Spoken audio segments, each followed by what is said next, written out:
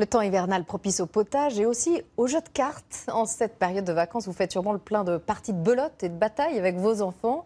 Et votre jeu vient certainement de la dernière usine française de cartes à jouer. Située en Lorraine, elle approvisionne depuis plus de 70 ans les joueurs du monde entier. C'est notre succès Made in France de ce soir. Guillaume Gruber et Vincent Recli vous en révèlent les atouts. Noir, vert, mauve. Bien loin des jeux vidéo dont Valentin et ses amis ont l'habitude, de temps en temps ils aiment se retrouver dans ce café-jeu et préfèrent pour cela les antiques parties de cartes. Moi je trouve ça traditionnel, genre tout le monde peut y jouer, on fait ça comme ça, ça marche toujours. Si vous aimez taper le carton, votre jeu a toutes les chances de venir de la dernière usine française de cartes à jouer installée dans la banlieue de Nancy. Tarot, poker, fantasy, 10 millions de jeux sont fabriqués ici chaque année. Première étape, une impression haute qualité, comme pour ces cartes de l'équipe de France de football. Il faut surveiller les défauts, tous les défauts qu'il peut y avoir, par rapport aux tricheurs où il ne faut pas qu'il y ait un point blanc, la carte est repérée.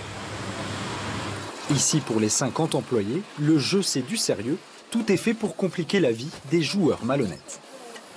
Si on déchire, vous pouvez voir une colle noire qui permet l'opacité. En fait, c'est pour éviter de tricher quand vous mettez la carte à la lumière. Par transparence, vous ne voyez rien. Même exigence de sécurité pour ces cartes à destination des casinos du monde entier. Elles sont vérifiées une par une. L'entreprise de Nancy a racheté une marque vieille de 170 ans. Aujourd'hui, les maîtres cartiers continuent à soigner la fabrication de jeux prestigieux. Les tranches peuvent être argent ou or, un travail de précision. C'est artisanal, tout est fait avec mes mains. J'en sors peut-être pas beaucoup dans une journée, mais au moins c'est signe de qualité. Pour les jeux grand public, même rigueur, chaque pays a ses codes, impossible de changer les habitudes des joueurs.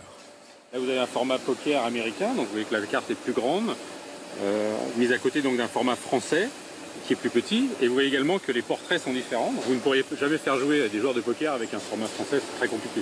Et inversement pour les joueurs de belote par exemple, qui tiennent absolument au format français. Adossés au florissant secteur des jeux de société, les traditionnelles cartes françaises ont un bel avenir devant elles. Avec des présentations de plus en plus soignées, ces loisirs semblent indémodables.